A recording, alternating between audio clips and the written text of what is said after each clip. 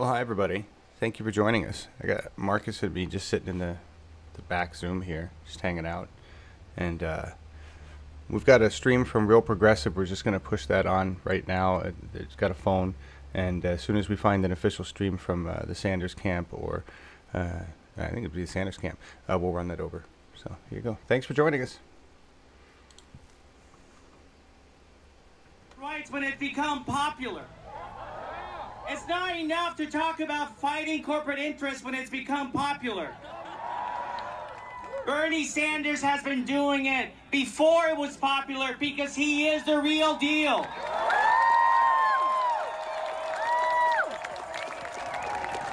And I am here to tell you that this San Franciscan, that this Californian will do everything between now and next year to make sure that California goes for Bernie Sanders in 2020.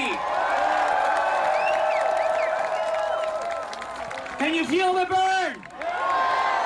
Let's make it happen. Thank you. Ladies and gentlemen, please welcome to the stage, from the San Mateo County Board of Supervisors, David Canepa.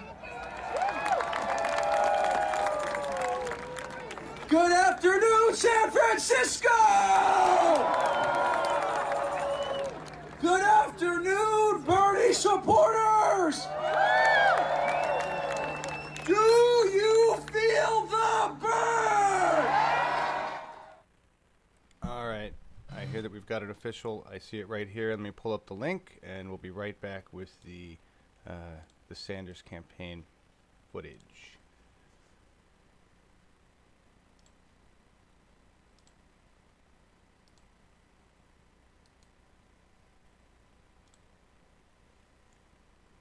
States of America!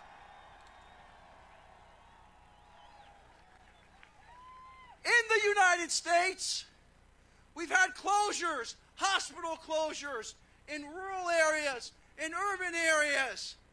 We need to make sure that health care access is available for all, and it's a human right. It's about justice. It's about doing the right thing.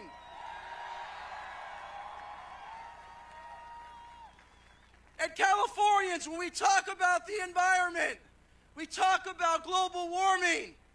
We know what's happened in fires throughout this state. And if we do not think that global warming is the cause, we're lying to ourselves. And let me close with this. This is our time. This is our time to stand up. Make no mistake, it's not one individual. It's not one individual, but it's all of us working collectively together. And that's why we need to elect Bernie Sanders for President of the United States. Thank you very much.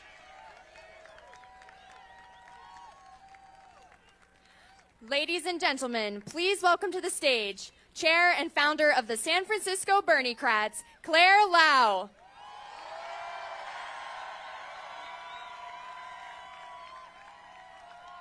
Good afternoon, San Francisco! 大家好，我叫劉漢晴，我係三藩市桑德斯協會嘅會長。Hello, my name is Claire Lau. I'm the co-founder of the San Francisco Bernie-crats. Before I start, I would like to acknowledge the traditional custodians of this land. We extend our respects to the Pomo tribe, to the Wapo tribe, and the Miwok tribe, as well as all other indigenous peoples who are here today. Thank you. So I've been an activist for quite some time. As a child, I marched against the Tiananmen Square massacre. As a college student, I marched against the Iraq War. And I marched for climate action. As an adult, I marched for democracy in Hong Kong, especially during the Umbrella Movement in 2014. it wasn't until Senator Bernie Sanders announced his candidacy for president in 2015 that I became an organizer.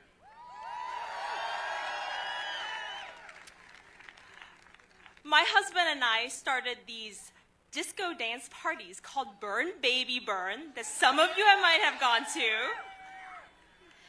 And one thing led to another, and we started organizing volunteers to knock on doors for Bernie. But after the California primary was over in 2016, we were, of course, quite disappointed. But we've met so many volunteers with such energy that we couldn't let the organizing stop.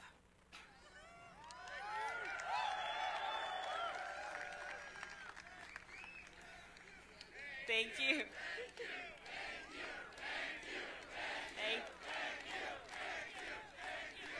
And thank you for being part of that organizing. So at that time, I was really inspired by the Harvey Milk LGBTQ Democratic Club. Thank you, Harvey Milk Club. They took Harvey Milk's legacy of intersectional organizing and solidarity and continued to become a major political force in San Francisco for over 30 years. So with that inspiration, I co-founded the San Francisco Bernie-crats because organizing doesn't end with elections.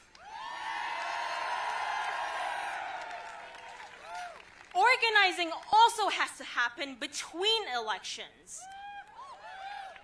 And so for the last 3 years, the San Francisco Bernie-crats have been tabling at farmers markets for Medicare for all. We've written a housing ballot measure to have affordable housing, social housing for all San Franciscans. We've also volunteered countless hours for local progressive candidates for school board, for supervisor, for state senate, and for mayor. And most importantly, the San Francisco Bernie-crats have been building bridges with other local organizations and local communities. For example, we've been working with DSASF to fight for tenants' rights.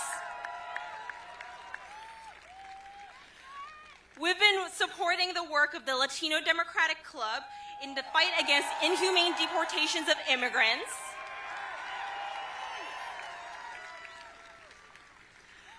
We've been supporting the fight to prosecute killer cops with the wealth and disparities. We've been supporting the work of wealth and disparities in the Black community, Justice for Mario Woods.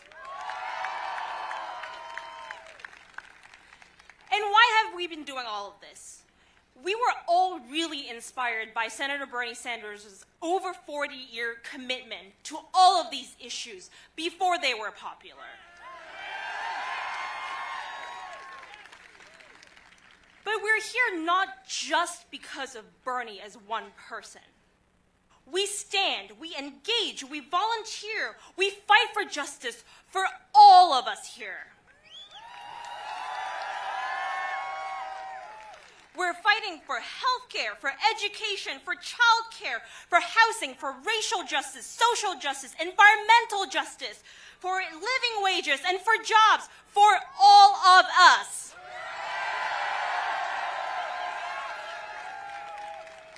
And only by working together can we fight against the wealthy and powerful interests that are trying to make money off of all of our backs. 我支持桑德斯，因為呢次嘅選舉唔係淨係為咗桑德斯一個人，而係為咗我哋所有嘅人去爭取醫療服務、高等教育、幼兒教育、可負擔房屋同埋就業機會。我哋要一齊站起嚟，令我哋所有嘅小市民都能爭取權益。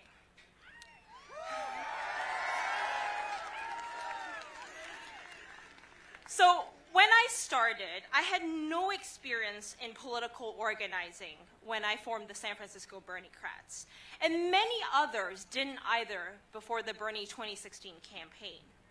But now there are hundreds of Our Revolution organizations all across the country organizing day in and day out. So if you all are not already active in an Our Revolution organization or a local progressive organization, you should join one.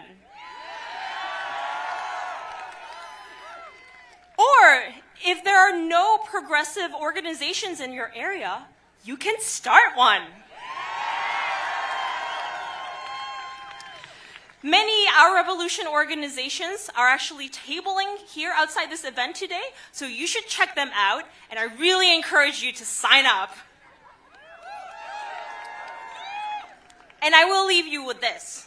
When we work together, we will always be stronger. Thank you for being here today.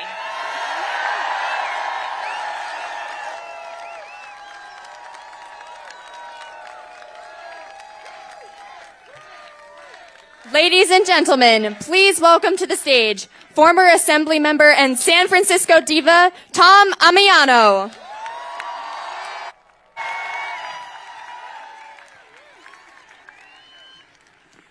I want to welcome Bernie to the Emerald City.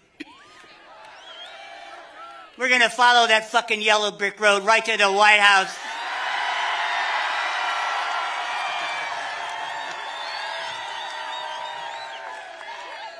Drop it on the evil witch. I just got a copy of my own copy of the Mueller report. Unredacted, it says, fuck Trump, vote for Bernie. Right? Cut to the chase. I relate to Bernie because here in San Francisco was a great laboratory for me as an activist and as an elected official. We really do nurture social justice. We really do believe in democratic socialism. We've had obstacles put in our way.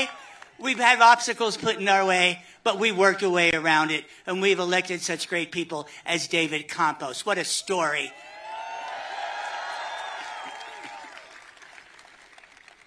As far as I remember, some of the issues that we fought with, Bernie and I were both in the elected body.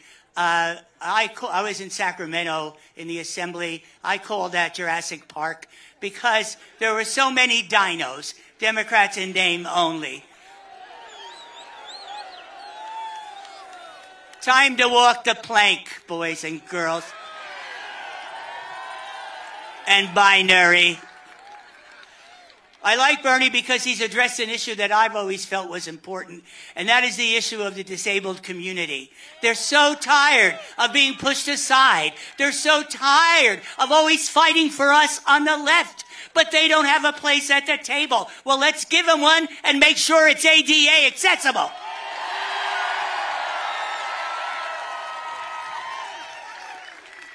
You know, we have a big housing problem here in San Francisco.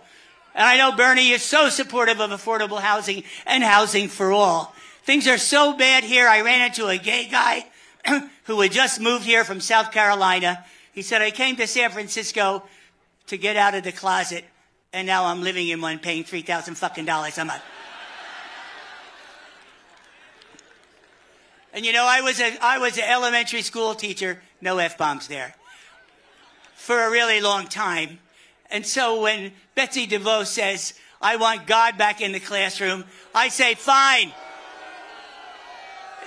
If God wants back in the classroom, she's more than welcome. And lastly, but not least, universal health care. Come on. I call it sperm to worm.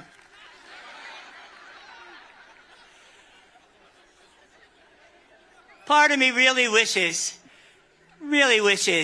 that Bernie could have met Harvey Milk. They were such kindred in spirit. They had vision. They embraced things that would make them be ridiculed, called losers. But they knew what was right.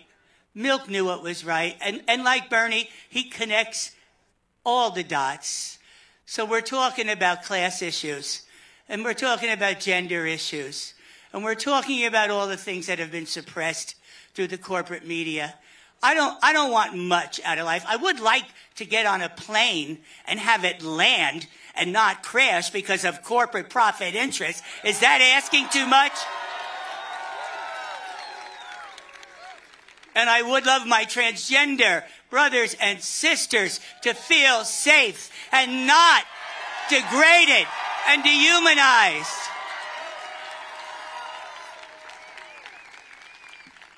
I also want to date with Brad Pitt, but you know, I truly believe in aspirational, you know, truly.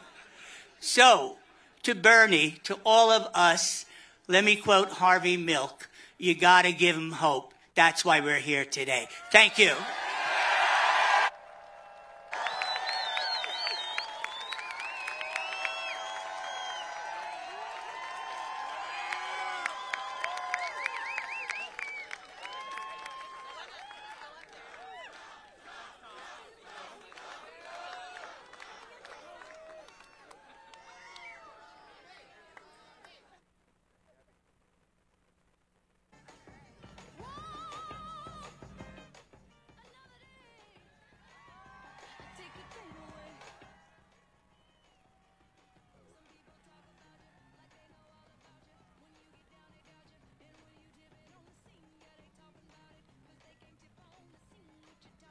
This is awesome. This is even more like a rock concert. Last year was like a rock concert. Last campaign was like a rock concert. This is even more so. Throwing out shirts. Thank you all for being here. Got a lot of people. And thanks to the Bernie Sanders team for producing such an incredible live stream. I mean, they just have it down this time. It's awesome. It's nice. Makes it easy for us.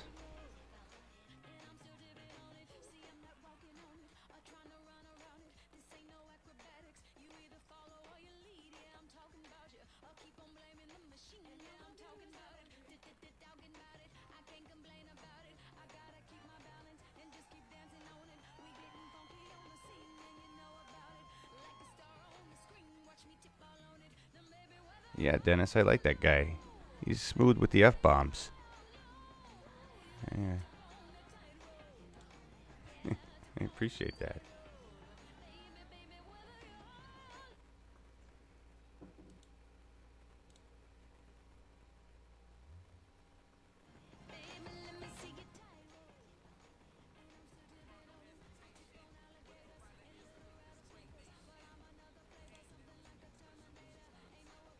I'm just waiting for them to get started back up.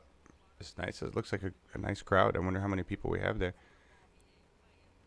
Oh, I could show this picture. We got a picture of Pat the Burner that we dropped in Slack with the Senator Turner and Roseanne DeMoro. Yeah. That's pretty awesome. What do you think about that? I put your audio on, Marcus. So you'd like say hi to everybody. Oh, here's Senator Turner. I should just shut up now. Ah, there she is. Hello, hello, revolutionaries. Hello, America.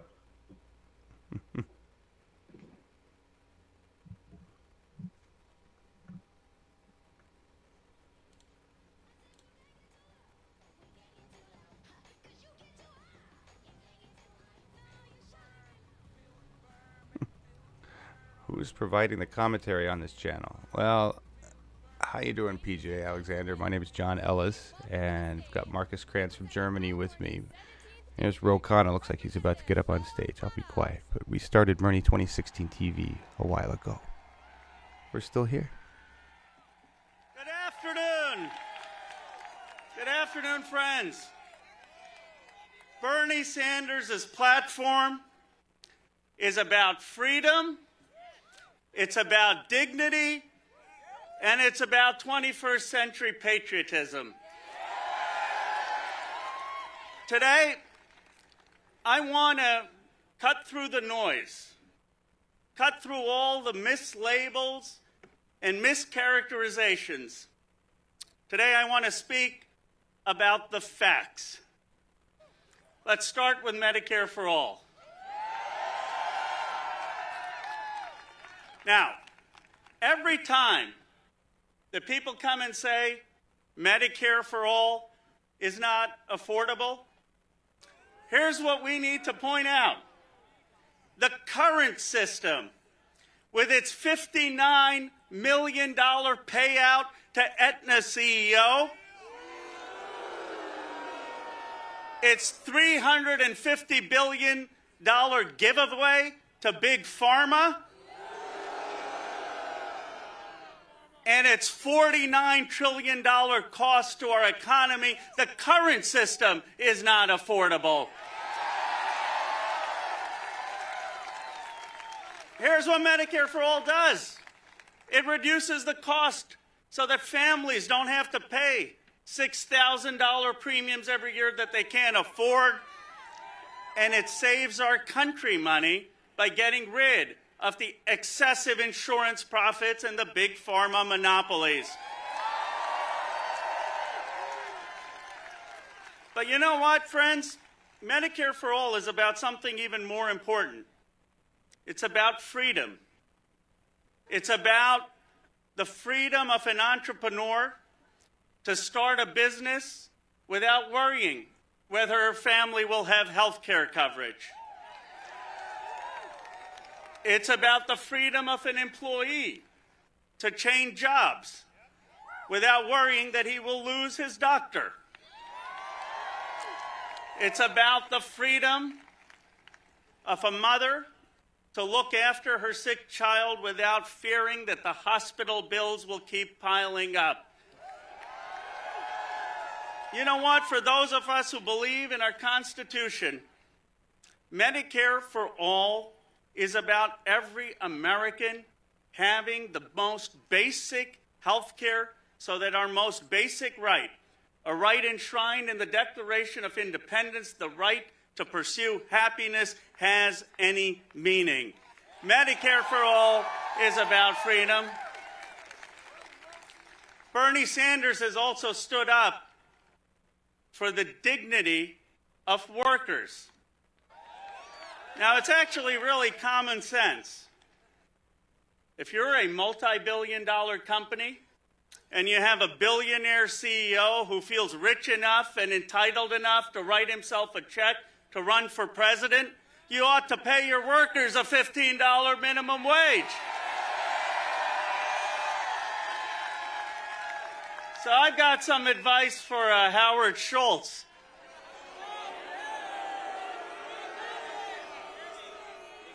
Instead of all those fancy consultants you put on your payroll, why not pay your workers more than $10.61? Bernie Sanders fought and delivered a $15 wage for workers at Amazon. Bernie Sanders fought and delivered a $15 wage for workers at Disney. And when he's president, Bernie Sanders will fight and deliver $15 for workers at Walmart, $15 for workers at Burger King, $15 for workers at every Fortune 500 company in this country. Bernie Sanders believes in a 21st century patriotism. He rejects military interventionism. And you know, he doesn't get enough credit for this, but today is the 4th year anniversary of the war in Yemen. 4 years. 14 million people possibly face starvation. Bernie Sanders passed, for the first time in American history, a war powers resolution to end the war in Yemen.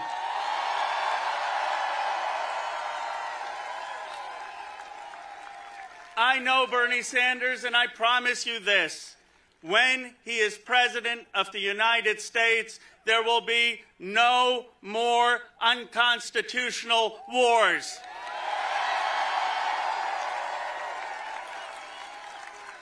Our president has put $165 billion into an overseas contingency war fund.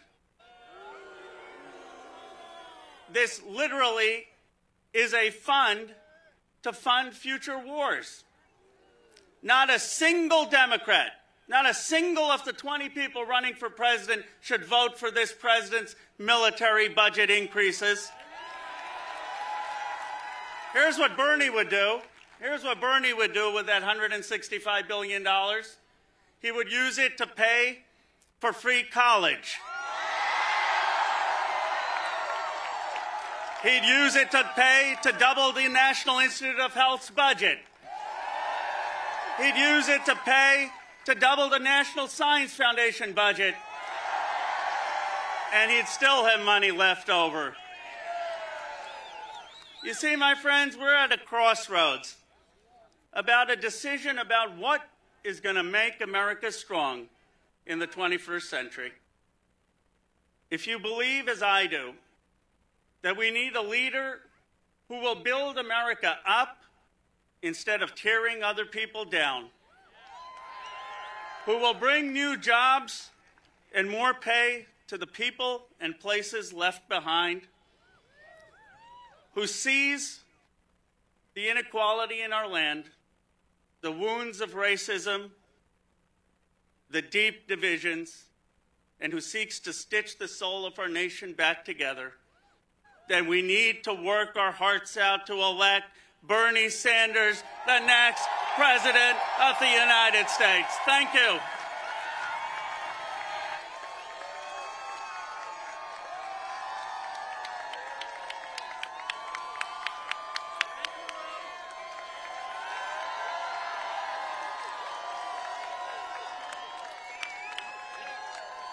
Ladies and gentlemen, please welcome to the stage, co-chair of the Bernie Sanders 2020 campaign, Senator Nina Turner.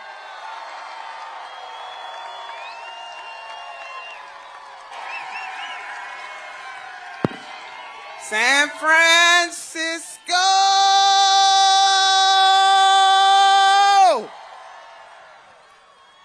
I gotta say, the congressman did that, didn't he? He is part of the co-chairs, and so I got to give a shout out. We always do that. Him and I, we tag team this thing. Because you're only as good as the team. Is that all right? So I want to shout out Senator Carmen Cruz from San Juan, Puerto Rico, who's a co-chair on the senator's campaign. And then the chief ice cream maker, activist, humanitarian himself, Ben Cohen from Ben & Jerry's. Now, San Francisco, I'm feeling this thing today. And it's a Sunday, so I'm sure enough feeling this thing today. I bring you word from two folks in history, if I may. Just whip them out of my pocket here. Love you too, baby. Love you too. What's love got to do with it? Everything.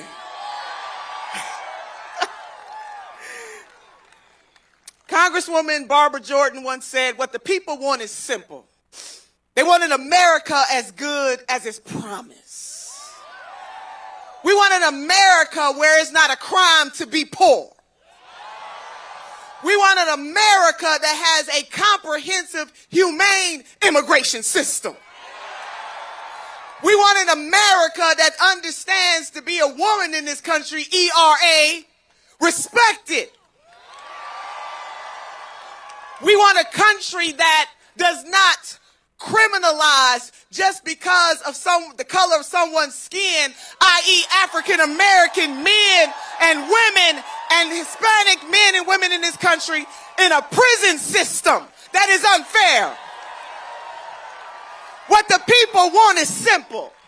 We want no more private prisons in the United States of America. People shouldn't be able to make a profit off of other folks' misery. What the people want is simple. We want an America where everyone will have the opportunity to seize opportunity.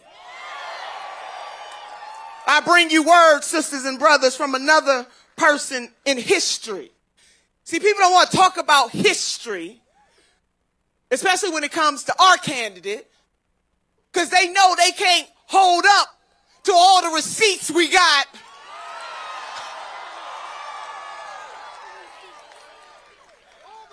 All the receipts. So President Teddy Roosevelt said these words. He said, "This country will not be a place for any of us to live in unless we make it a good place for all of us to live in." What the people want is simple. A good place to live for all. If I could merge Congresswoman Barbara Jordan and President Teddy Roosevelt together, what we have in Senator Bernie Sanders is, in the words of Dr. Cornel West, a long-distance runner for justice. Is, in the words of Killer Mike, when he was interviewed and asked the question, why Senator Bernie Sanders? He said, "You need Professor X for Magneto." Can I get an amen? Come on, somebody. And San Francisco. This is about you and you and you and you and you and you and you and all that you love. We can't play games with this. This is a moment of transcendence. And so for everything that Congressman Rowe kind of laid out, just so I could walk into the space, about how immoral and unseemly it is that in the wealthiest nation on the face of the earth, that people have to worry about whether or not they have health care, access to doctors, vision, dental, just good old-fashioned health care.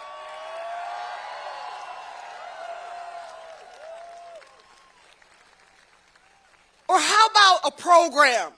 Because even in this state, a while ago, college was free. And sisters and brothers, this stuff ain't really free. Our tax dollars are paying for it. It is about a social contract, one to another. What kind of country do we want to live in? So the people who say that we cannot do it need to get the hell out of the way and let those of us who will do it, do it. What the people want is simple. And so in Senator Sanders, man, can y'all just go back with me just 4 years, just almost 4 years. Can you just go back with a sister? Who was looking the system in the eye to say we need Medicare for all while other folks saying we couldn't have it?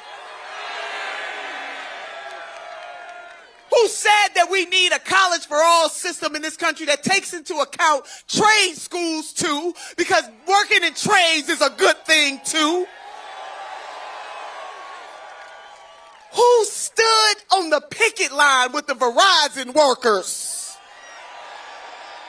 and the Marriott workers? Who marched in Canton, Mississippi with Brother Danny Glover for the Nissan workers in the South to unionize with the UAW? See, we have a candidate.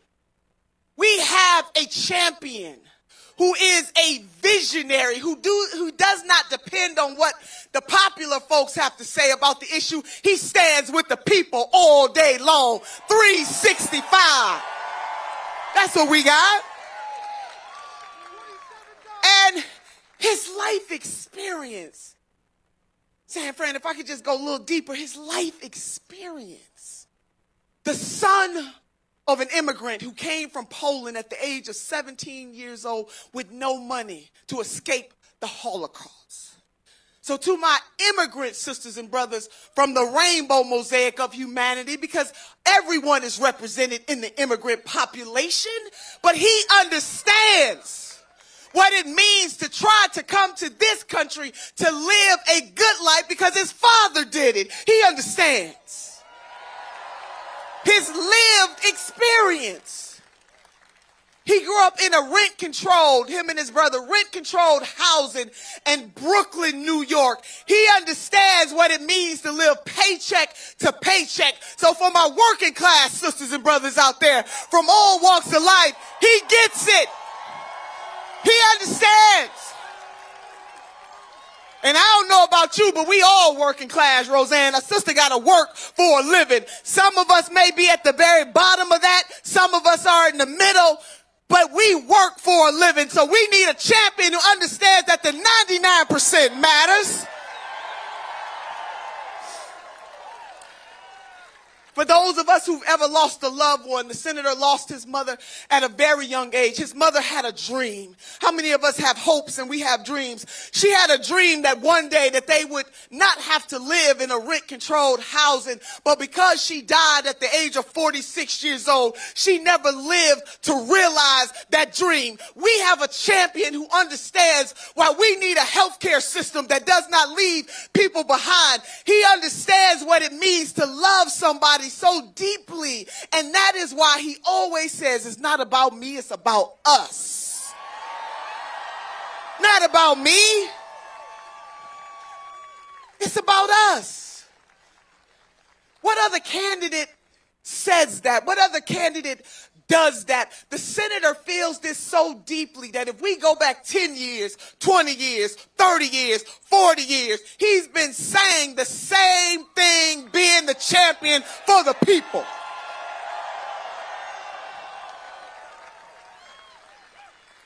We need champions. So the Reverend Dr. Martin Luther King, and I reference him often, because he was the moral consciousness along with some other sisters and brothers who rarely get named. No great leader does anything by themselves. But Dr. King had a quote that asks, what is the measure of a man? Is where they stand. Not when it's comfortable, not when it's convenient, but where they stand in times of challenge and controversy. Senator Bernie Sanders has been standing in that gap for all people for a long time. His wisdom, his knowledge, his love. And baby, he hasn't been standing there by himself, because there is a woman by the name of Dr. Jane Sanders. Hey, this whole family is committed. Now, San Francisco, what we need you, and all of the thousands of folks here today, I need you to send this message out, because somehow someone in the media not telling the story. So I need you to tell the story. If you have not signed up for BernieSanders.com, we got over 1 million folks. All of you here are 1 in a million. We need some more ones to put in that million. If you have not signed up, I need you to sign up for the ministry. Because the only way that we're going to win this election is because of people like you. When we leave here, after we are feeling each other's energy, we got to get out there and do the work that it is going to take, because we're going to have to fight Wall Street, neoliberals, folks who don't want the change to come. And the only way we can do that is with each other. And if it doesn't mean that much to you, do it for somebody else. Because only all that we love is on the line, sisters and brothers. That's all. Only all that we love. And this thing is so deep that we can't get over it. And this mission is so low, we can't get under it. And this mission is so wide, we can't get around it. That all of us have a role to play. Your role is important. I often say that titles are good. They get you in the room. They get your phone calls returned. Titles are good, but purpose is better. We have a purpose-driven champion in Senator Bernie Sanders. So can you do this for me? Everybody under the sound of my voice, if you can, raise one hand for yourself. Raise one hand for somebody else. With these hands, we will transform this country. With these hands, we will have Medicare for all. With these hands, we will have college for all. With these hands, we will reform a criminal justice system that is rotten to the core. With these hands, we will restore voting rights in this country. With these hands, we will make sure that poverty is not a crime. With these hands, the rainbow mosaic of humanity will unite to elect a president that is about the truth, the whole truth, and nothing but the truth. So help us, God. And with these hands, we will elect Senator Bernard Sanders, the next president of the United States of America. With these hands, baby.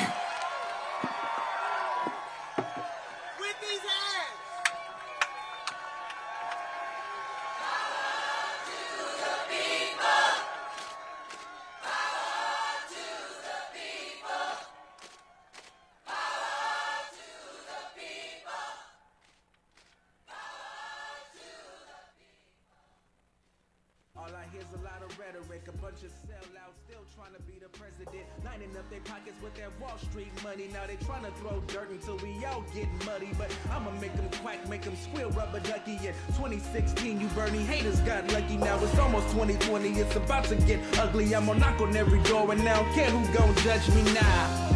Cause we've been fighting nepotism, all these leaders in position, all these prisons, pay attention. They don't wanna feel the burning, try to hush the competition. Name another politician that you know that's this consistent. This persistence for the people, education, make a difference. Yeah, the fight for 15 and equality for women, comprehensive immigration and a real black agenda. Medicare for all, yeah, you start to get the message. Standing tall, our revolution's calling for the rights of all. No dreams too big or small for me. Stand.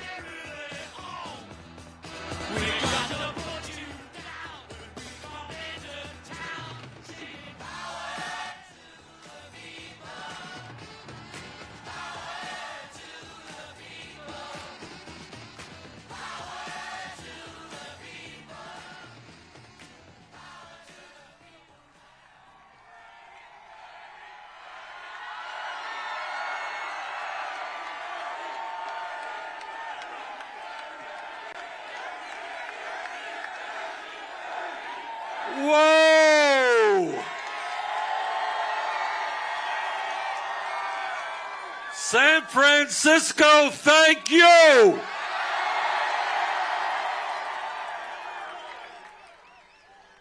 Let me thank Sarah Lee Guthrie. We're going to hear her later. You all know who her grandfather was. One of the great songwriters in American history. Among other songs he wrote, "Which side are you on? We know which side we are on."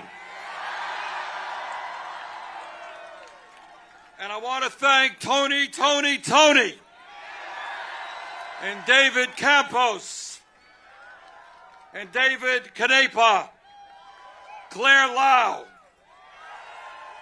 and Tom Amiano. And I want to thank Representative Ro Khanna from California. Ro is one of the great new members of the United States Congress. He's leading the way on so many issues. Ro, thank you for what you're doing. And I want to thank my fellow political revolutionary, Senator Nina Turner. You know, it's hard to follow all these guys, and Ro and Nina, because they've said so much, but I will try to do my best. Before I begin my remarks, I want to mention to you, and I think what most of you already know, is that the Bob Mueller investigation was submitted to the Attorney General. Now, I haven't read the report yet. It hasn't been made public. I think I have something in my email box right now. We're reading it after this, but what I know is that it is a summary of the report. Well, I don't want a summary of the report. I want the whole damn report, because nobody, especially this president, is above the law. Now, I'm delighted to be here in California. This is our first trip here in this campaign. And I want to say to you, based on the incredible crowds that we saw in San Diego and Los Angeles and here today, I think we're going to win California.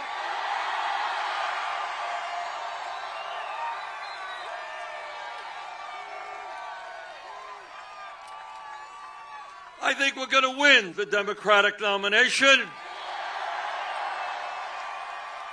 I think we're going to defeat Donald Trump, the most dangerous, dishonest president in American history. And with your help, we are going to transform this economy and this government and create a system that works for all of us, not just the 1%.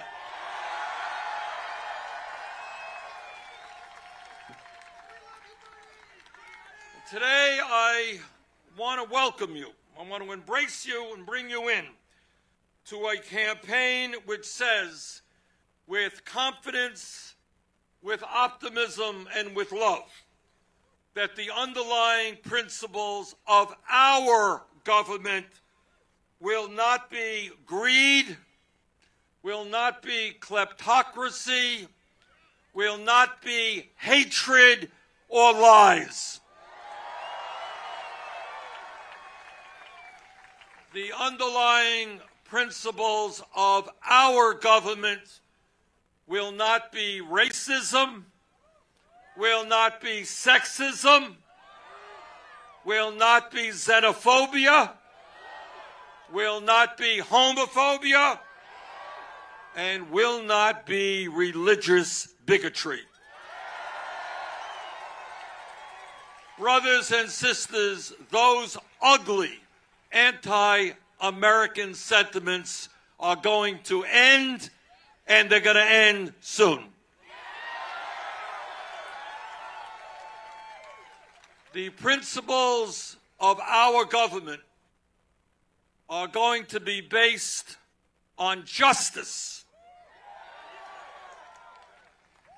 economic justice, racial justice, social justice, and environmental justice.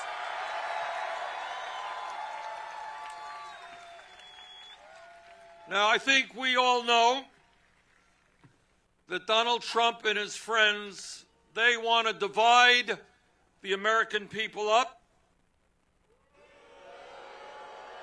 And you're right. Matter of fact, you're right to boo. And I'll tell you why. In a democratic society, people can disagree on a whole lot of issues. That's called democracy, and we have friends and loved ones whom we disagree with. Disagree on health care, education, whatever. But it is not acceptable to me, nor to the American people, that we, for the first time in modern American history, actually have a president who, for cheap political gain, wants to divide us up by the color of our skin, by our gender, by where we were born, by our sexual orientation, or by our religion. That is not what a president of the United States does. A president of the United States brings us together, does not divide us up.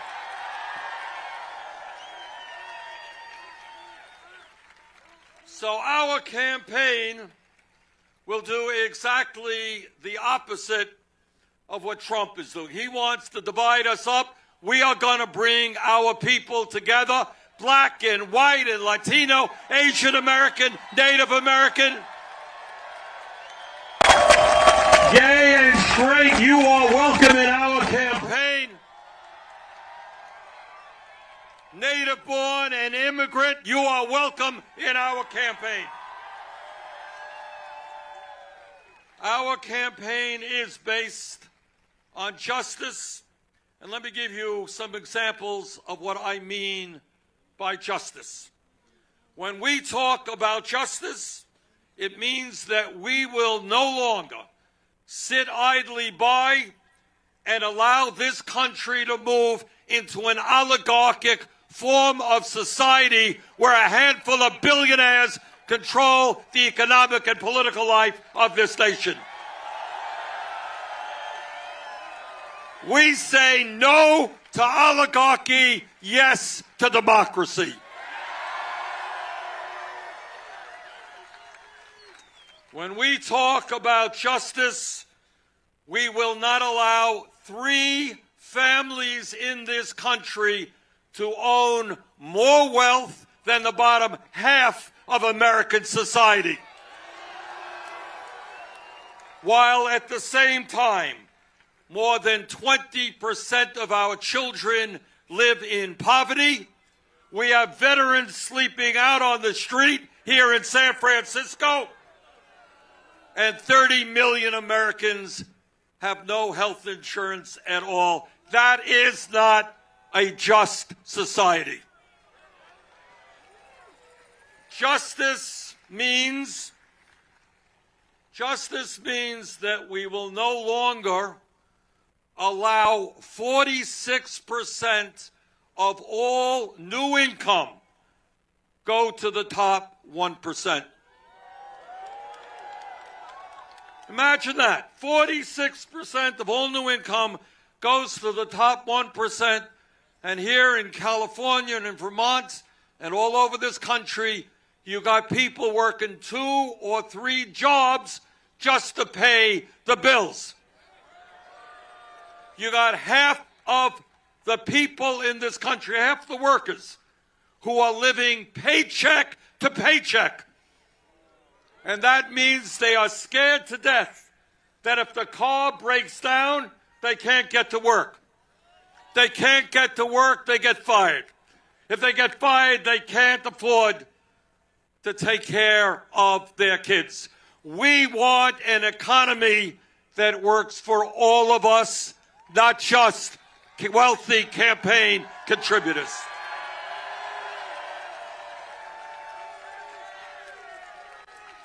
And when we talk about justice, we're going to end the absurdity of corporate CEOs making 300 times what their employees make,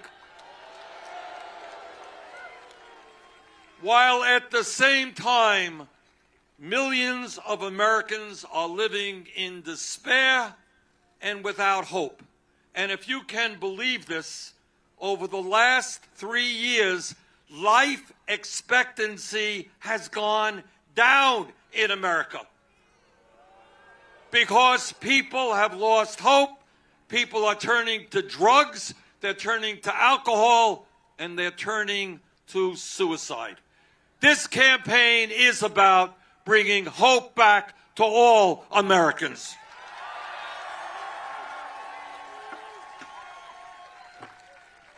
Justice in America means that we will not tolerate 25 hedge fund managers on Wall Street earning twice as much money as the 140,000 kindergarten teachers in this country.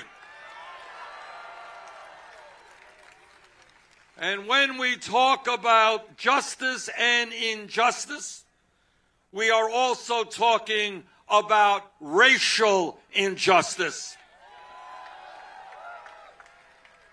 It is not acceptable to me, in the midst of so much income and wealth inequality, that black families today own 1/10 of the wealth of white families. Not acceptable that the infant mortality rate in black communities is 2.5 times that of white communities. That redlining still exists and black businesses cannot get the affordable loans that they need. And that the criminal justice system remains significantly racist. So when we talk about justice, we are talking about ending institutional racism in all of its ugly forms.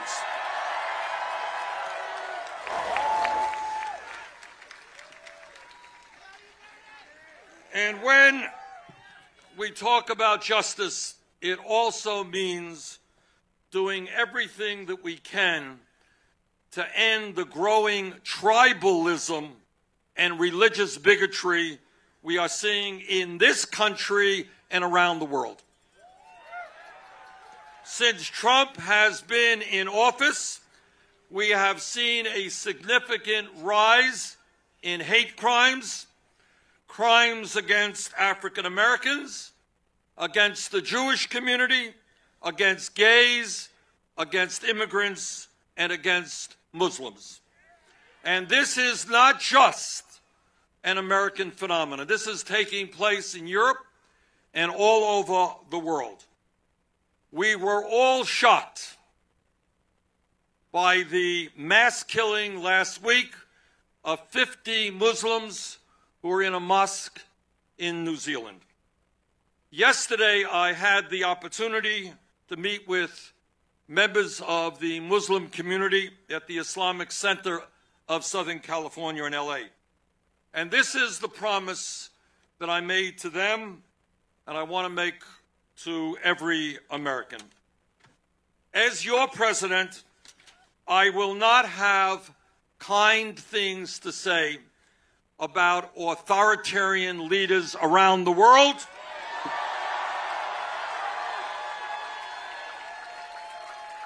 who espouse bigotry and hatred, and we are seeing more and more of that all over the world. Together, we will once again make the United States of America the leader in the world in the fight for democracy and human rights, in the struggle to bring this world together around our common humanity. And by the way, there is something we can learn in the United States in terms of what New Zealand did after that terrible crime. They banned assault weapons.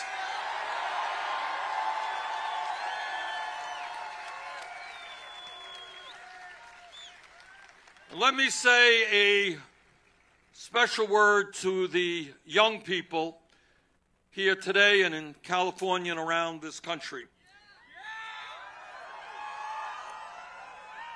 Well, first of all, thank you for being here. But what I want to say to the young people, and it's important that all of us understand, we are living in a moment of exploding technology. We are in a moment where worker productivity is significantly increasing. But despite all of that, everything being equal, the younger generation today, unless we change it, will have a lower standard of living than their parents. Now, why is that taking place? This is the richest country on earth. Worker productivity is up. Our job is to see our younger generation do better than their parents, not worse than their parents. I have 4 kids and 7 grandchildren, and you just met a few of them right here. We believe that downward mobility is not acceptable. This campaign is about moving up, not down. But it is not just a struggle for economic justice that we have got to wage. It is a struggle for political justice as well. What does that mean? What it means is that to me, and I know to you, democracy means one person, one vote, not billionaires buying elections.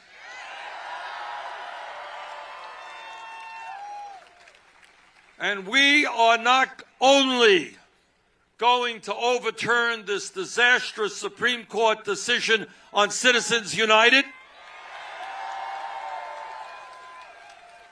We're going to end voter suppression in this country.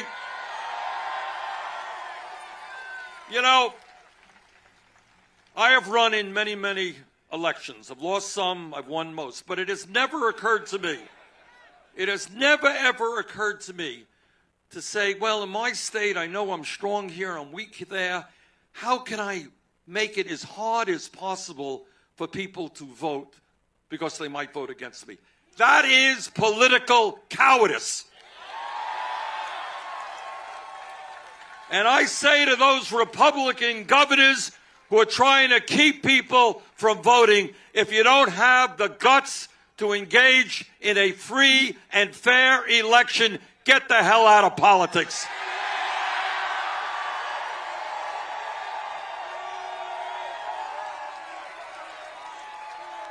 This country today has one of the lowest voter turnouts. Thank you.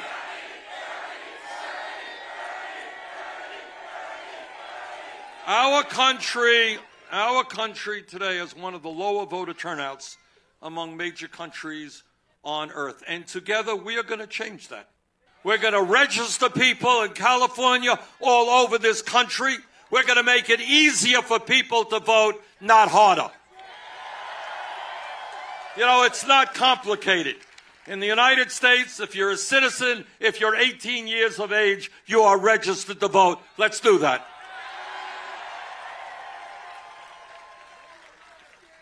As many of you may recall, when we first launched our campaign in 2015, very few people took our campaign seriously.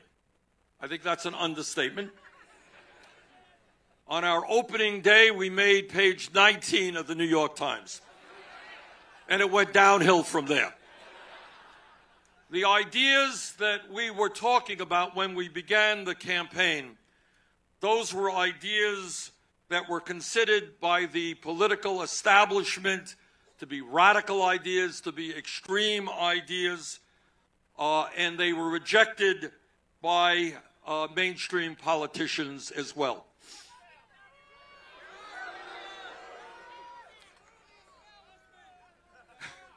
That's right. Matter of fact, we did take on the entire political establishment. And I'm pretty proud of that. So should you. Anyhow, as I was saying, the ideas that we were talking about were ideas that the media and everybody else said, well, these ideas are so far out, they're so crazy. Nobody in America supports those ideas. Now hear this, listen to this. You want to hear some radical ideas? All right, here you go. All right, I don't want to shock all of them. You all prepared? I don't want mass collapse. Here it is. Radical idea, raising the minimum wage to a living wage. Oh my God. Imagine how radical that idea is. All right, here's another one. You ready for another one?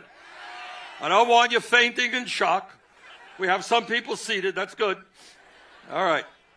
Guaranteeing health care to all people as a right.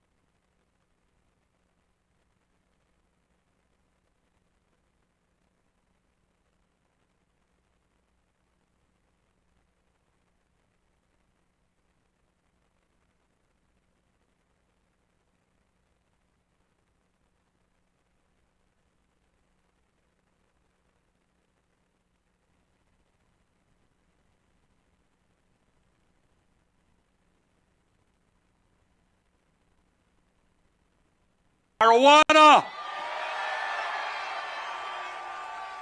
Now, as you and I know, that's an idea that will never happen.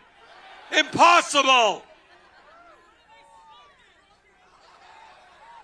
4 years ago, we talked about reforming our broken criminal justice and broken immigration systems. Now, here's something else. Whoa. All right, here's another one. And that is, 4 years ago, we said that maybe candidates should run for office without being dependent on the rich and super PACs.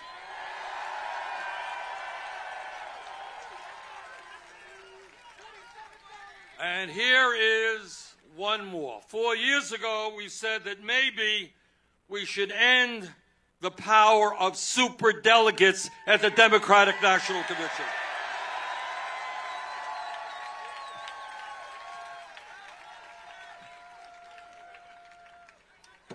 Well, a funny thing happened over that campaign. In 2016, despite having these radical, far-out, extreme, un-American positions, we won 22 states, over 13 million votes, over 1,700 delegates to the Democratic National Convention, and most importantly, we ended up winning more votes from young people, black and white and Latino and Asian American and Native American, more votes from young people than Trump and Clinton combined.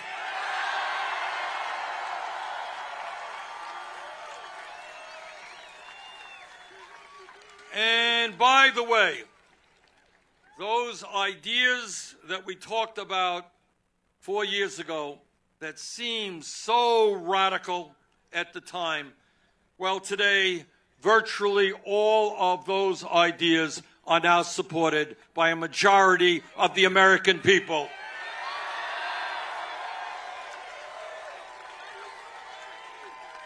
So what does it tell us? It tells us that when the American people stand up, voice their opinions, and fight back, we can change America. And interestingly enough, 4 years ago, when the Democratic and political establishment were telling us how crazy these ideas were, today, Democratic candidates from school board to president are talking about exactly these same issues. So it turns out, brothers and sisters, that the ideas of economic and social and racial and environmental justice are not so radical at all. They are what the American people want.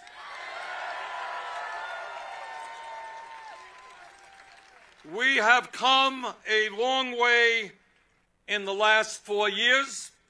Now is the time to complete what we began. Now is the time to turn our vision and our progressive agenda into reality. Now is the time to complete what we began.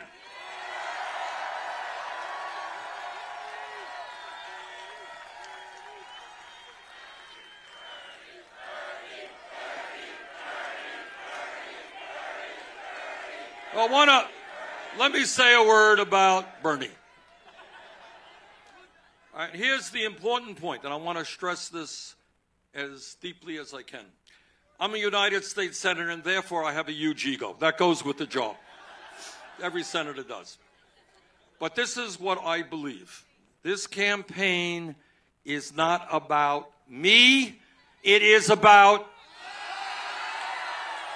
And I'll tell you why it is about us. It is not just that that phrase makes a good bumper sticker. Actually, it does. Maybe we'll use it. But here is the main point that I think I want to make to you all today. And I don't think there are going to be any other candidates who will make this point. And here's the truth. The truth is that no president, not Bernie Sanders, not anybody else, no president, no matter how honest and well-intentioned he or she may be, can do it alone. Okay? And I'll tell you why. And again, media is not going to talk about this too much, but this is the reality. The reality is that the people who own America, Wall Street, and the insurance companies, and the drug companies, and the military-industrial complex, and the fossil fuel industry, they are so powerful that no one person can do it alone. The only way we transform this country is the old-fashioned way, and that is from the bottom on up.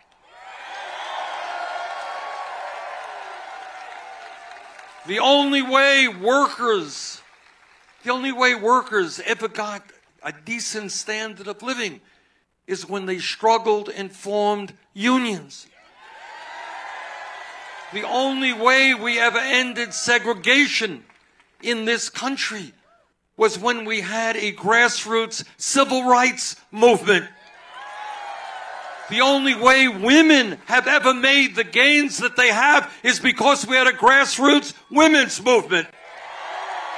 The only way the gay community has received the dignity that they have is because of the gay movement. The only way we transform this country economically and politically is when millions of people from coast to coast stand up, look around them, and say the status quo is not good enough. We want real change.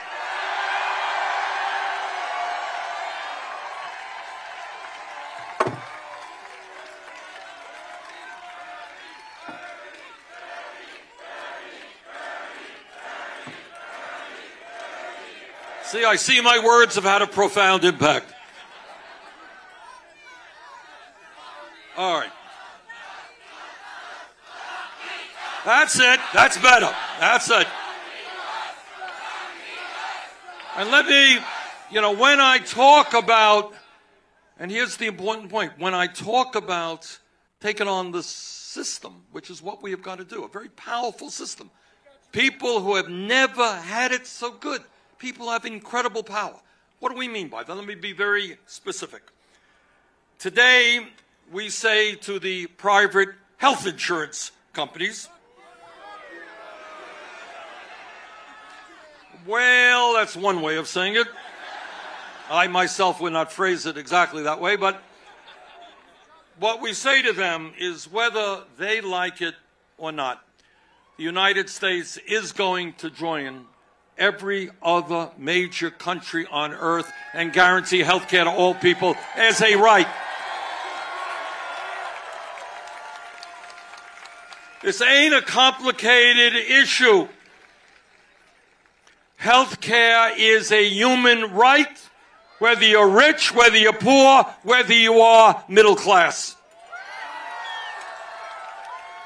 We will no longer accept a dysfunctional system which forces us to spend twice as much per person on health care as do the people of any other country.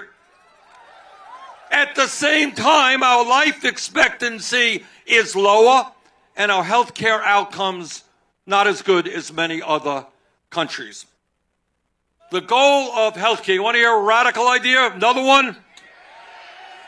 Goal of health care must be to provide quality care to all people, not to make billions in profits for the insurance companies and their CEOs.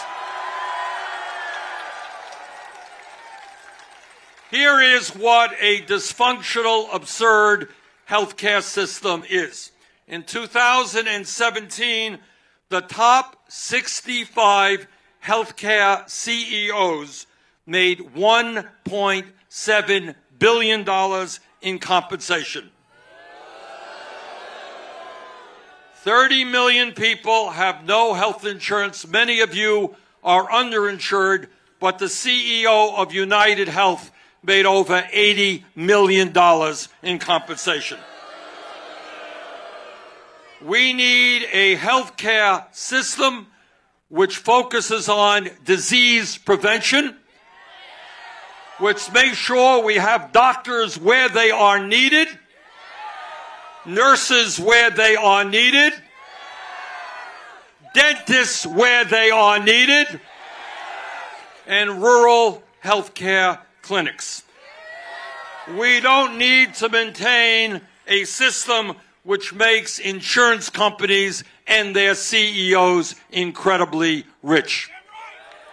And that is why, together, whether the insurance industry likes it or not, we will pass a Medicare for all single-payer program.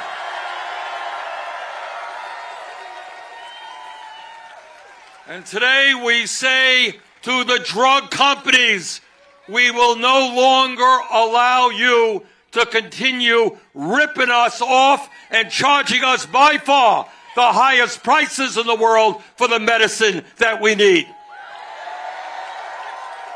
We are not asking you, we are telling you, you're going to lower prescription drug prices in this country. And today we say to Walmart and other low-wage employers, stop paying your workers starvation wages. Yes, we are going to raise the federal minimum wage to a living wage, $15 an hour. Nobody who works 40 hours a week should be living in poverty. People should not have to work 2 or 3 jobs to feed their kids. 4 years ago, when we talked about that idea, it was thought to be an impossible dream. We were talking about more than doubling the federal minimum wage. Well, we've made progress over the last 4 years. 5 states, including California, have raised the minimum wage to $15 an hour. And I'm happy to tell you that several weeks ago, the U.S. House Committee on Education and Labor reported out of that committee, and I believe it will pass the full House, legislation which will raise the federal minimum wage to $15 an hour. And when we talk about the economy, there is a growing fear among working people, a very legitimate fear, that with the advance of artificial intelligence and robotics, that millions of workers can be thrown outside and onto the streets.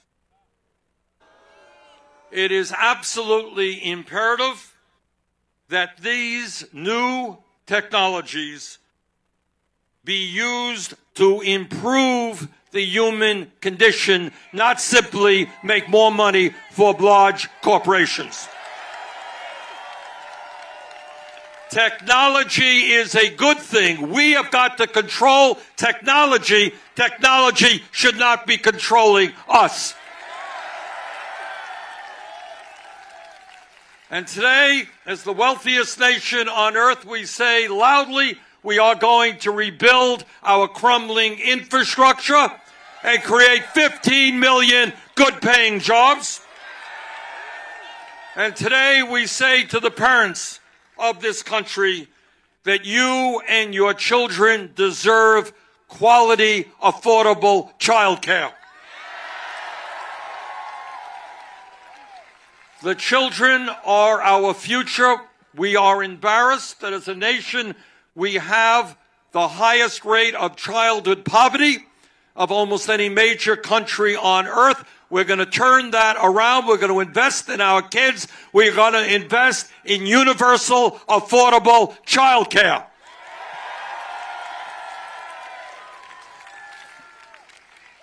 And today, we say to the young people in this country that we want you, we need you to get the best education that you can.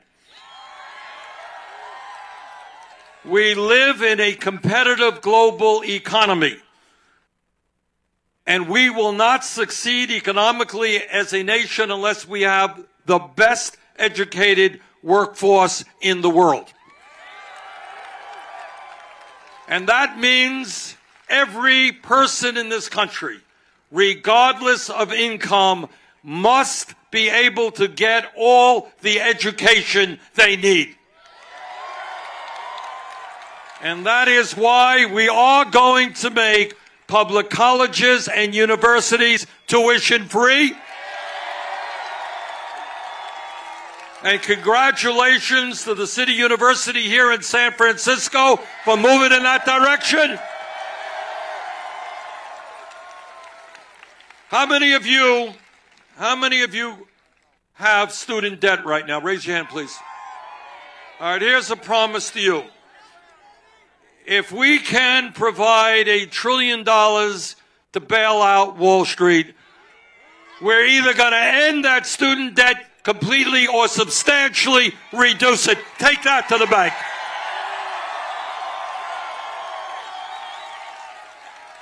How absurd it is when you talk about dysfunctionality and irrationality.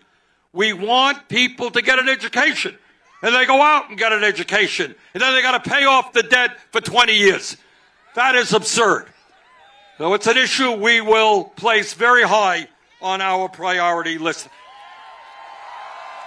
But it's not just young people that we have to be concerned about. We don't talk about this enough in Congress, and we don't talk about it in the media. But right now in Vermont and in California, there are senior citizens trying to get by on $12,000 or $13,000 a year Social Security. Can you imagine being 90 years of age and trying to get by on $12,000 a year? And the answer is you can't. In response to that, my Republican colleagues in Congress got a brilliant idea. They want to cut Social Security benefits. Well, we got some bad news for them. Ain't going to happen. Quite the contrary. We're going to raise Social Security benefits. Seniors are the people who built this country. They are the people who defended this country. They are the people who raised us. We are not going to leave them out on the streets. Now, I don't have to tell any of you that Donald Trump embarrasses us every day. There's almost not a day that goes by when he doesn't tell one or another outlandish lie, when he doesn't attack. I mean, you know, it's hard for me to believe. I stand up here and thinking, why in God's name would a president of the United States attack John McCain, who died months ago? I mean, what world are you living in? You know, McCain and I disagreed on a lot of issues, but he was a friend of mine. He was an American hero. You don't attack dead heroes when you're the president of the United States. But he embarrasses us in so many ways, but I think maybe most importantly, he embarrasses us in the entire world when he tells us that climate change is a hoax. So this is not just a lie, it is a dangerous statement, because we know what the scientists tell us, is that climate change is real.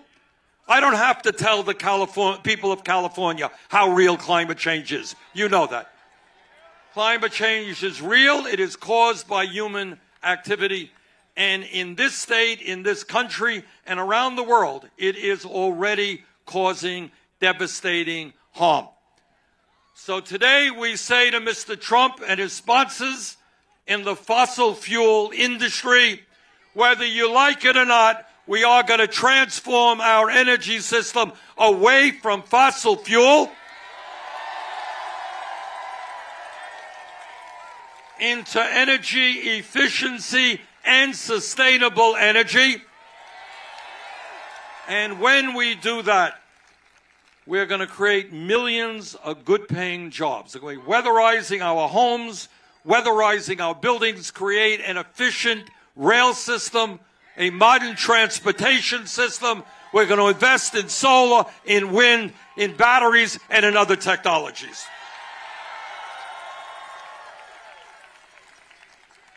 And today, we say to the prison industrial complex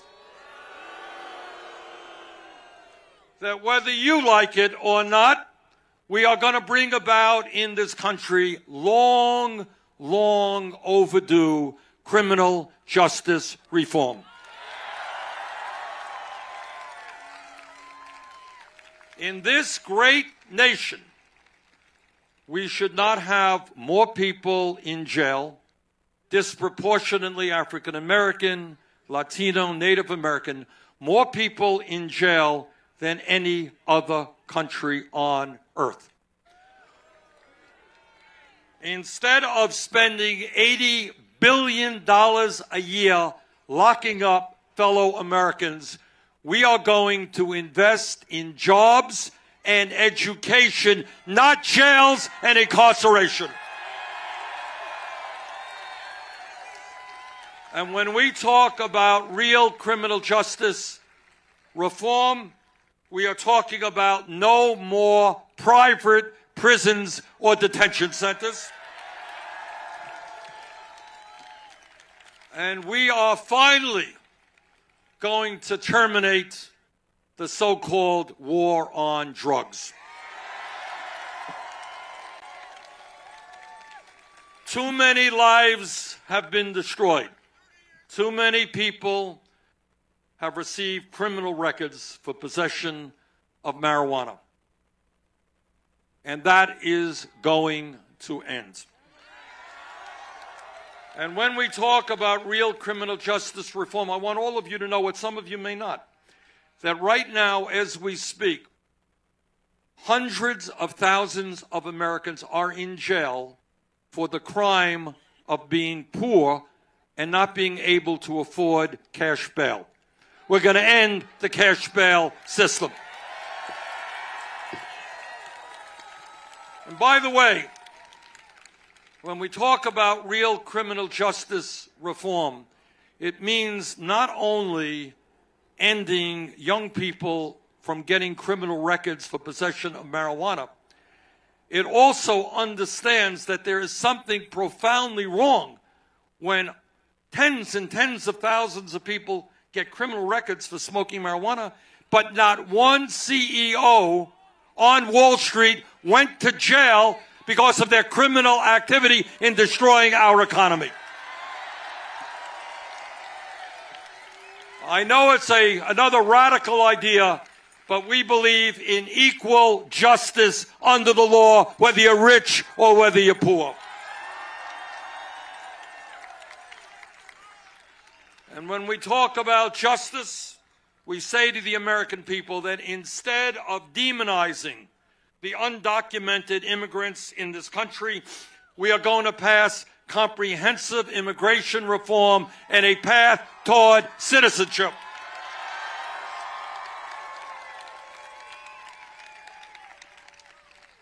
We're going to provide legal status to the 1.8 million young people eligible for the DACA program.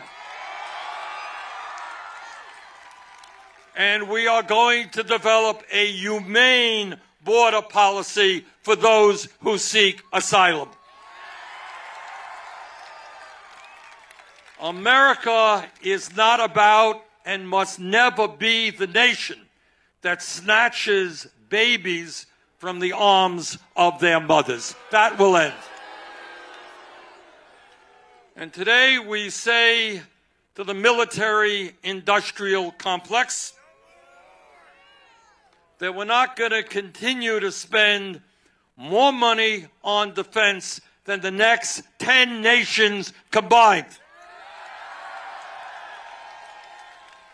We are going to invest in affordable housing. We're going to invest in public education. We are not going to invest in never-ending wars.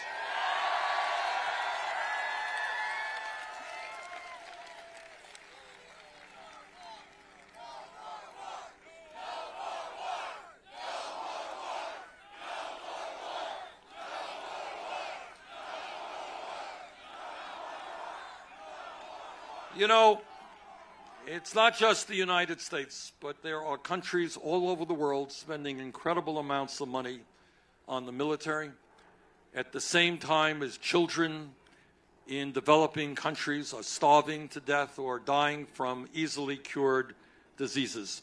I know it's not easy, but our job is to lead the world away from war to invest in human needs.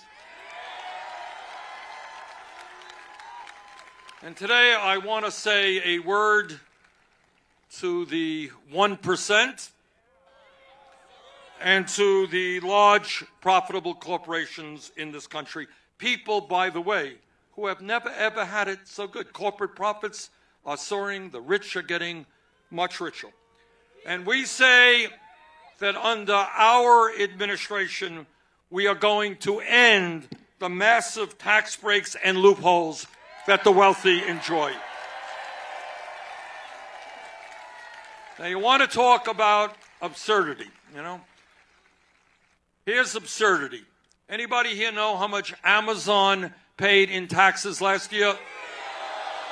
That's right. Here you have a large, profitable corporation, made $11 billion in profits last year, owned by the wealthiest guy in America, didn't pay a nickel in federal income taxes. Not just Amazon, Netflix, General Motors, many other corporations. You got the wealthy and these powerful corporations stashing their billions in profit in the Cayman Islands and in other tax havens. We got a different idea. Trump thought it was a great idea to give $1 trillion in tax breaks to the rich and large corporations. Well, our idea is a little bit different. Under our administration, the top 1% and the large corporations will start paying their fair share of taxes.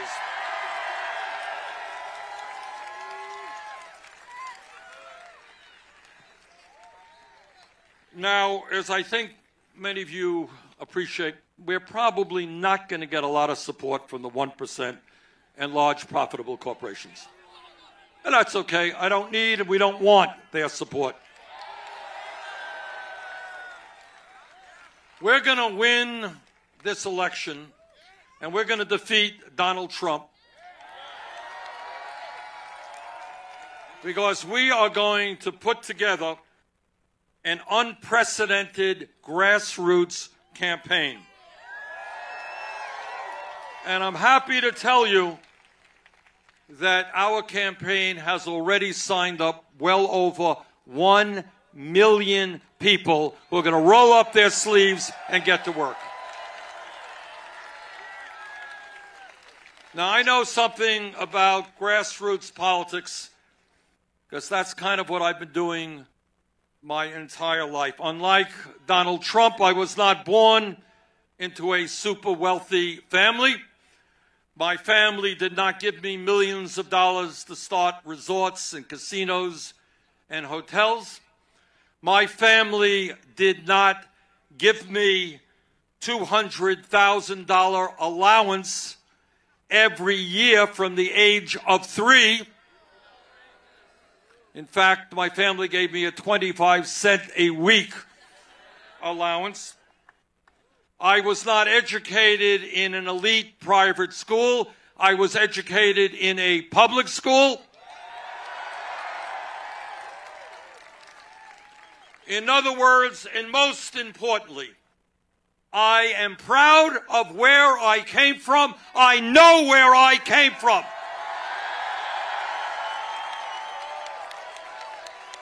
I came from a family that lived paycheck to paycheck. And unlike Trump, I'm not going to shut down the government and tell 800,000 federal employees they're not going to get any income. Maybe billionaires like Trump don't know it, but I know that families have got to pay their mortgage, have got to pay their health care bills, have got to put gas in their car. We're not going to shut down the government. We're going to create a government that works for working people.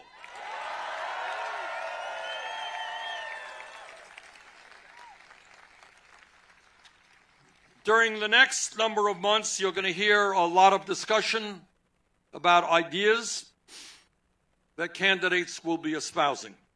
So I want to, some truth to that. I want to just very briefly be as clear as I can be about some of the things that we will be doing together to transform our country. Number one, when we together are in the White House, we will enact a federal jobs guarantee.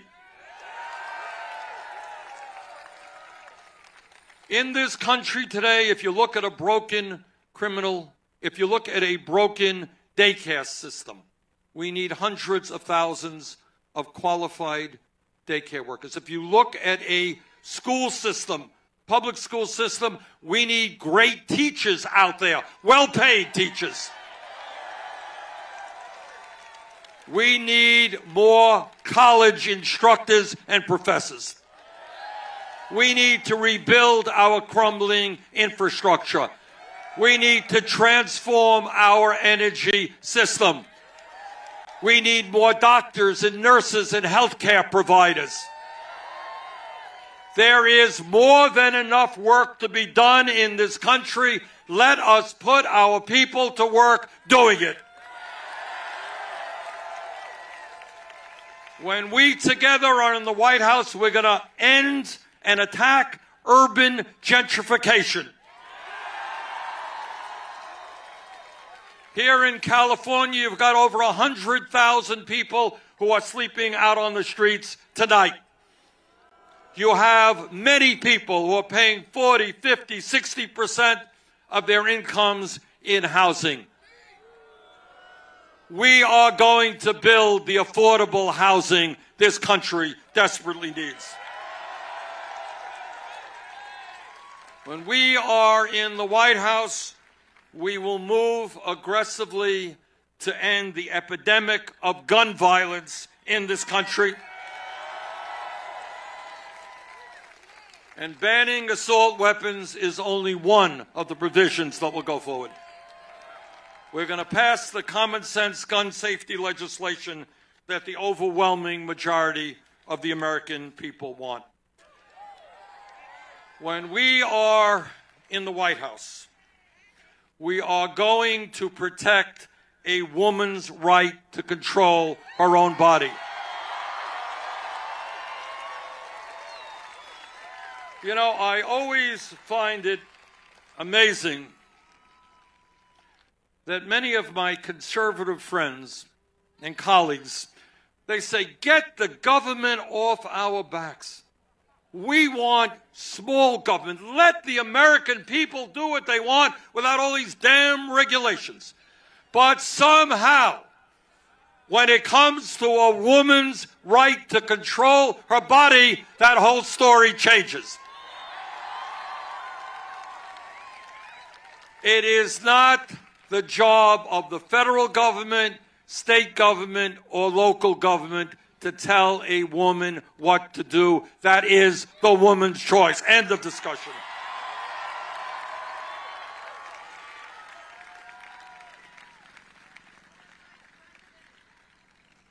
When we talk about transforming this country, we're not talking about a walk in the park, as beautiful as this park is. This is tough stuff. It is tough stuff. And the reason we say it's not me, it's us, is that we need to stand together to take on the most powerful people, not only in this country, but in this world. And let me be very specific. We're talking about taking on Wall Street. Okay? Now, I want you to hear this. I only have 5 fingers here. Here's the 6th. All right.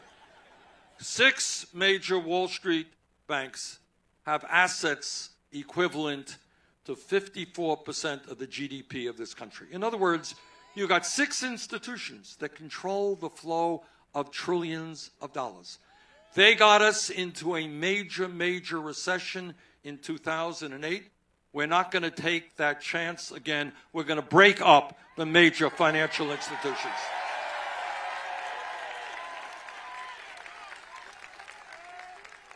And when we talk about lowering prescription drug costs, I want you all to remember, because I was here back in 2016 campaigning on a provision you had on the ballot to lower prescription drug costs here in California. Remember that one? It was a modest proposal. Frankly, it wasn't radical. All that it said is that state government in California should not pay more than the Veterans Administration for prescription drugs. The pharmaceutical industry on that one campaign in one state spent $131 million. 1 out of 5 Americans can't afford the price of prescription drugs. They had $131 million to spend on a campaign here in California. The insurance companies have endless amounts of money. So when we talk about lowering prescription drug costs and moving to Medicare for all, we have got to recognize we have a battle in front of us. These guys will spend endless amounts of money. Will you stand with me in taking on the drug companies and the insurance companies?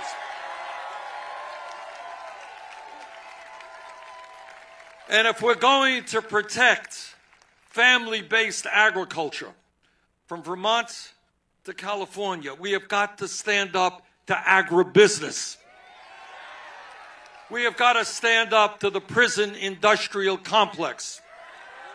We've got to stand up to the fossil fuel industry. In other words, it's easy enough for somebody to give you a speech about all the things he or she wants to do. But those changes do not take place unless people stand up and fight back. And that is what this campaign is about. Brothers and sisters, let me end by saying this. Clearly, we've got an enormous amount of work in front of us to win the Democratic nomination, to defeat Trump, and to transform this country.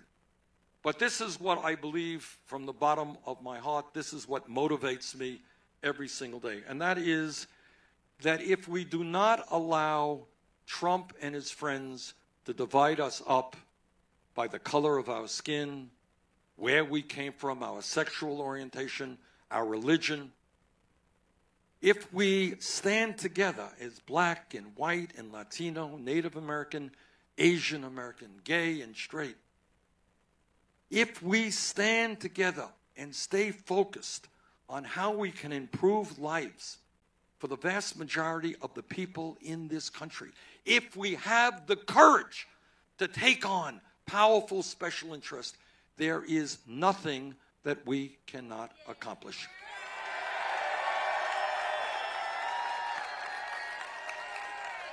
Now remember this, they are the 1%. They have unlimited amounts of money. They have incredible political power. They have lobbyists all over Washington. They spend fantastic amounts of money in campaign contributions, buying and selling politicians. That is what the 1% and the powerful corporations do. Now, I may not be a great mathematician, but this I do know. They are 1%, we are 99%.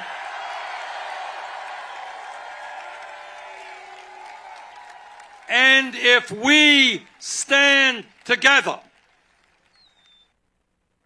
we can create a country that will be the envy of the world. It will be a country that our kids and our grandchildren will say, thank you, Mom and Dad. Thank you, Grandpa and Grandma. Thank you for standing up and fighting for justice. Thank you all very much.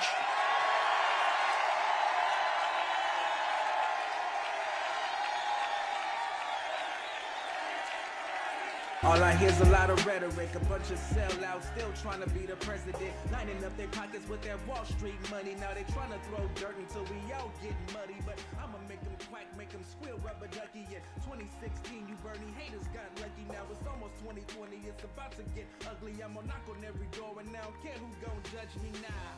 Cause we've been fighting nepotism, all these leaders in position, all these prisons, pay attention. They don't wanna feel the burning, try to hush the competition. Name another politician that you know that this consistent, this consistent.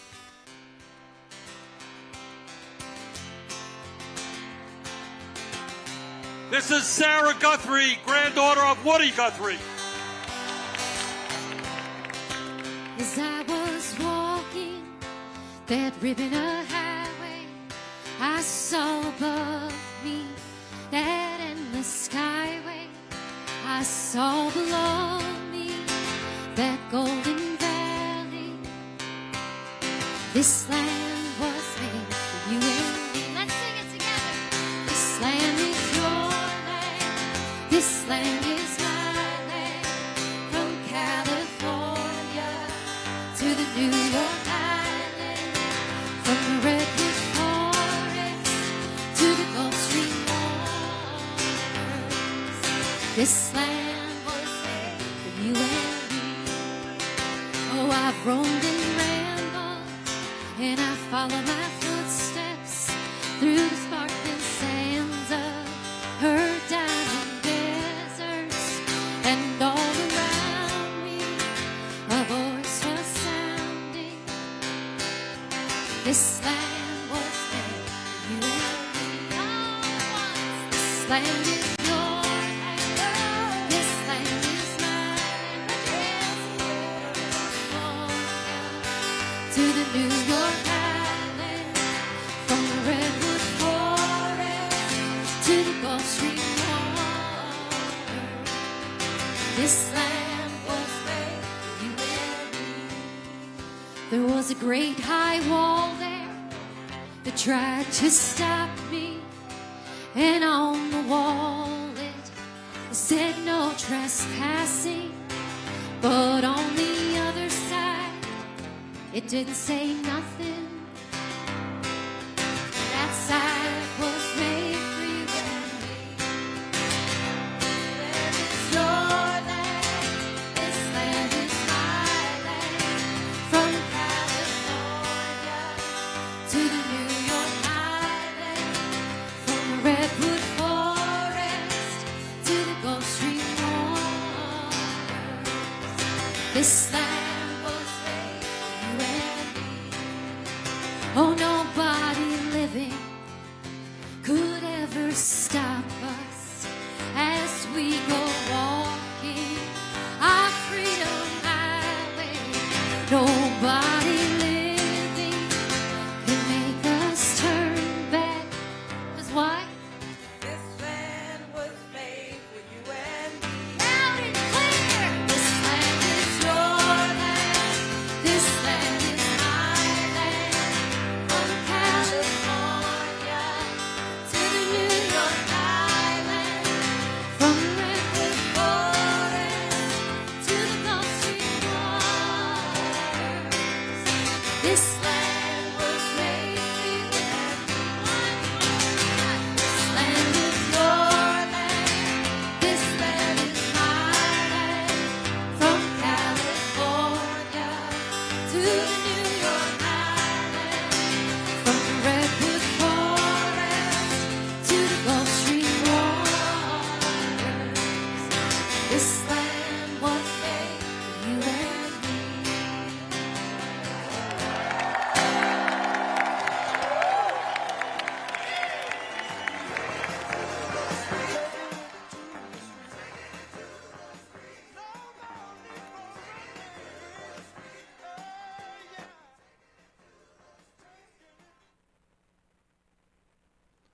Well, that was awesome. Hang on, I got you now, Marcus. Hey, everybody. Hi. Turn this up. Marcus, it's pretty late there in Germany. It's okay. It's not that late. No? No, it's 25 past 10 and everything is cool. Perfect time for me.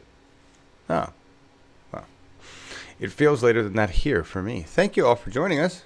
You know, about 200 people there for a while, and then we lost the picture because I walked away to make tea. It figures. My bad.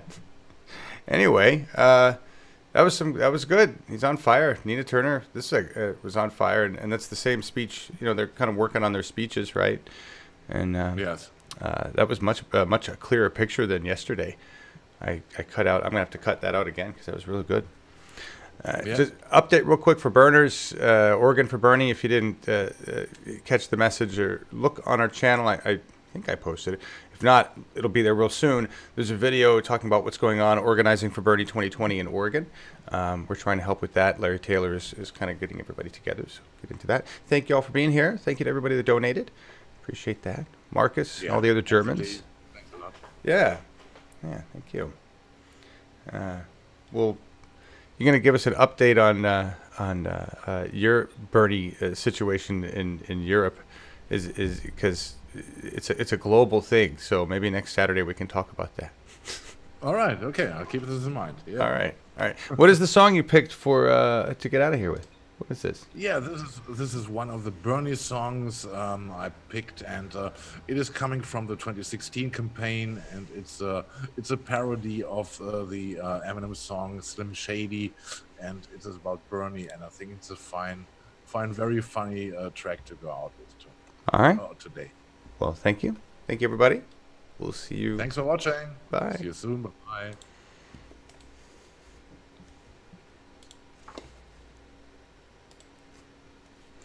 Democratic socialist from Vermont. But who is Bernie Sanders? Who is Bernie Sanders? President of the United States of America, Bernie Sanders! May I have your attention, please? May I have your attention, please? If you're voting Bernie Sanders, please stand up. I repeat, if you're voting Bernie Sanders, please stand up. I don't see a problem. Y'all act like you never seen a socialist before. Jaws on the floor, cause he's so concerned about the poor. They tried to tarnish his name, can't do it no more. Clinton's who they endorsed despite Bernie's character. It's the return of the, oh wait, no wait, you're kidding. He isn't some kind of communist, is he? Well, that's what the media said. No, you idiots, democratic socialism, that's what he's preaching. Men and women love to feel the burn. Chicka, chicka, chicka, Slim Sanders, I'm loving him. Look at him, walking around, pointing out the political rut, wants to help all of you. And he's so cute, though. People say he's got a couple of screws up in his head loose, but you would too, you know what's going on in the back room. Sometimes they want him to get on TV and let loose, attack Clinton, but she's already cooking her own goose. Establish politics.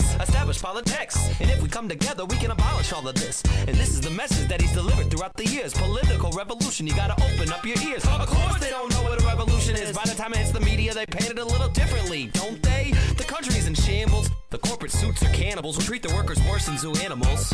But if we can make a stand, then demand a change, then there's a reason that Bernie Sanders cannot get the vote. So if you feel like I feel, he's got the antidote. I can feel it in my bones. Bernie singing, here he goes. I'm Bernie Sanders. Yes, I'm the Bernie Sanders. Secretary Clinton is just imitating. So Bernie Sanders, please stand up. Please stand up. Please stand up.